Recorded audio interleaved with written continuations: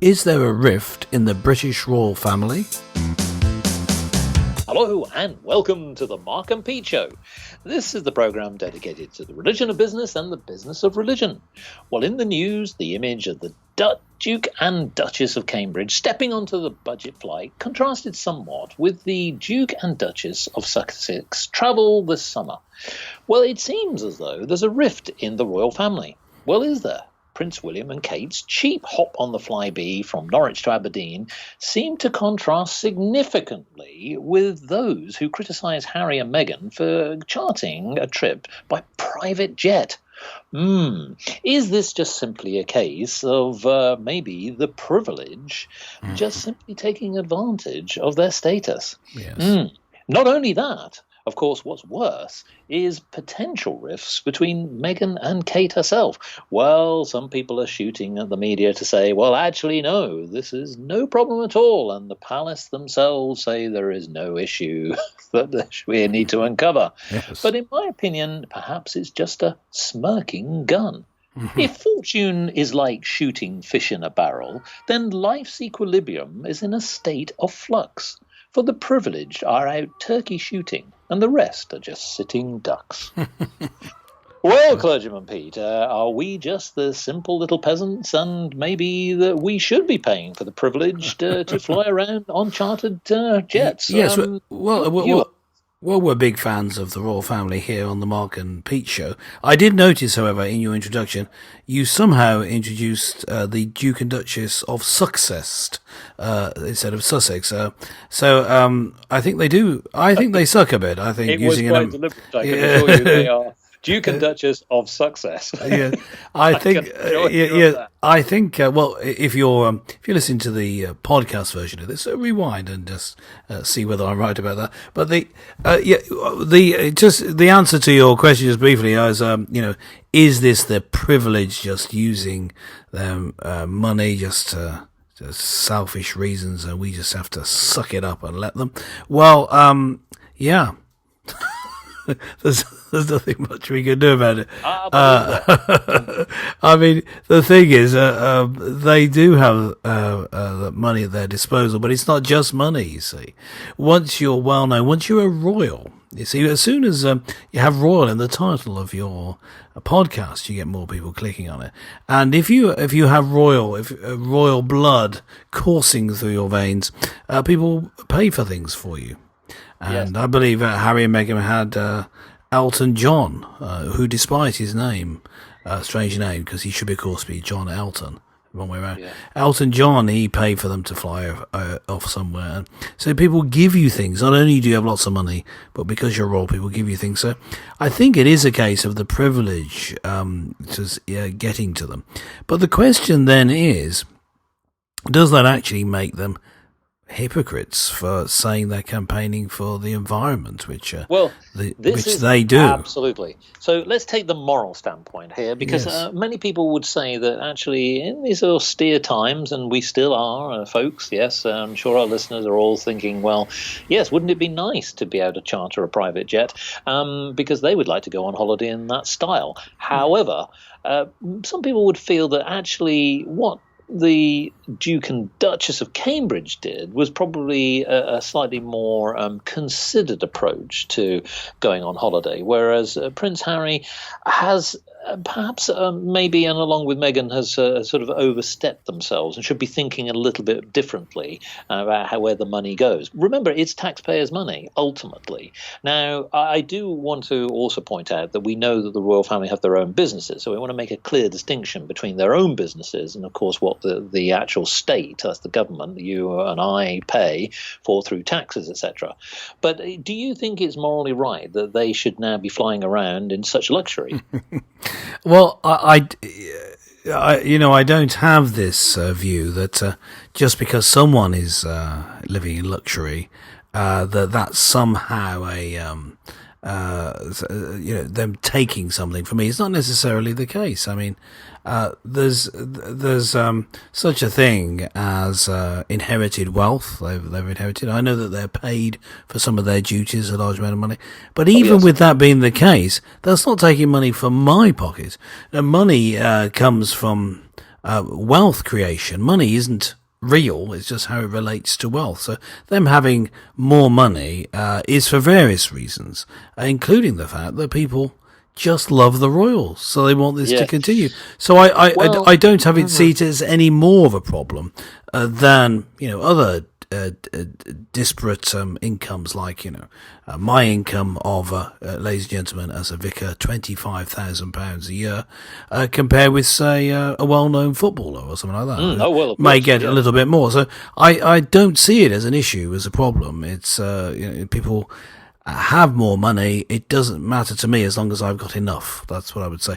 So I don't find it a problem. I don't think it's a moral problem. Them having money isn't physically taking cash out of poor people's hands. Well, I want to come on to the concept of a potential rift, because the media have been spinning this story certainly when we think of the William and Kate and then the Meghan and Harry scenario, that there's perhaps a little bit of a tension between the two couples. Now, of course, we don't really know officially whether that's the case. The Buckingham Palace has said, of course, it's complete hogwash. It doesn't exist. But again, sort of alluding to the poem, the smirking gun, or so I should say smoking gun, of course, that's a pun. But the fact is that there does seem to be a little bit of tension, and we've seen it between Meghan and Kate in the past, where perhaps there's been some disagreements over flower arrangements in certain churches over certain weddings. There's a bit of rivalry there. There's a bit of rivalry there. So is there a rift, in your opinion? Well, I did note that this does seem to be competing PR teams against each other. So, but yes, they're all from the palace. They're all royals. So why are they not coordinating? So it does seem there's an issue there, and I think this is my theory. I have a theory on this, ladies and gentlemen. This is the Peter Cooper Royal Rift theory. I think that insofar as that there is a rift, I think that it's come from different approach to PR. I think I do believe that the use of the cheap airline was a PR stunt, a PR decision, and I think that Harry and Meghan are using a different approach to PR, and I think different people. And I maybe from Meghan's previous life and her other career as a celebrity, she has different people running the branding, and I think what there's a rivalry between the two lots of PR, whoever's running their PR for them. I think that they must be different for this to happen. And that's where it comes from. I'm saying that it's not necessarily, things like the rivalry between the two women because they're both pretty young ladies. I wouldn't disparage either of them. So I think that they have a little bit of competition between each other because of that. There is always that sort of rivalry. But I don't think that's driving it. What is your opinion, Mark? Well, I think that what's happened that's what's important. We just take the sequence of events over the last. Go on. Let's get to the bottom of this. Well, indeed, and that is not Meghan's bottom or Kate's bottom. We're not going to go there either. We're not going there. That would be disrespectful. So what I believe is that the hogging the limelight is part of the issue, because what's happened is, and this is why I sort of said the Duke and Duchess of Success, where yes, folks, it's Sussex. But the fact of the matter is, their success has been that from when Harry was obviously the young prince, and of course his heart was taken by Meghan, and the bridging of the waters, with America and Britain, it caught the media attention. And also, she's almost black, isn't she? Well, yeah, but the fact of the matter is... So that's new for the royal family. She has been quite active. Vogue was the other thing where she had an influence over the front cover there. Sure. She's been in loads of magazines. She's been in the spotlight, Prince Harry himself. So as a couple, I'm not saying that they put Prince William and Kate in the shadows, but I would imagine that, when you're in high-profile media, you do get a little bit of one-upmanship. And I think there's an element of that where I think the media are playing a game, and what they're doing is they're playing one off the other, because at the end of the day, it's a story, and if you have something there to say, it makes front page news. So I think it's a course of events And that's what's also happened. Now, I don't want to necessarily sort of fuel this, but I want to come back to the issue of privilege, because there's a rift when we talk about the rift in the royal family. Is there a rift between the commoners and the royal family? And I want to ask you a question here now, and that is about the issue that originally sparked this off, which is about Harry and Meghan and Kate and William with their travel expenses. Oh, yes. So here we go. The league table of journey costs. Yes, go ahead. Oh, yes. Yeah. This is important. Yes, go ahead. Yes. So who do you think from the British royal family is leading the charge on costs from the royal family on travel? Right. Well, look, I would have said, until recently, I would have said definitely the Queen. But I think, I mean, it may be just assuming this, that she's slowing down a bit because she's getting a bit older. So I'm thinking. Wait, I'm going to give you a clue now. I'm going to say it's not the Queen. It's not the Queen. I'm correct. Right. Well, I think I've seen them travelling around a lot. I'm going to say that despite their recent use of a cheap airline, I'm going to say that as a couple, it's the Duke and Duchess of Cambridge. I'm going to say it's them. I'm going to say that they are the ones who are top of the No. There is one man that is standing out. Yes, it's not old Chuck, is it? Not Chucky boy. No, not Charles. Charles has racked up over £1 million on his journey costs. Now, I just want to interject here because we want to be respectful. I mean, people have said that he flies in the nature of Dumbo, the elephant, using his ears. But that's what I'm saying is that's disrespectful. We don't want jokes like that on this show. This is the man who is meant to be championing ecological causes. Oh, that's true, isn't it? Yes, he always has. Yes. The second closest to him is Harry and Meghan at 133,000. There you go. Look, they're a bunch of hypocrites, these privileged Then it's the people. Queen, then it's Kate and William, then it's Andrew, then it's Anne, and others all scale down the line. So it's interesting, isn't it? Is that Anne and her horse are counted separately, are they? Yeah, well, the horse, unfortunately, sometimes way down the list. Yes, absolutely. Yes, quite.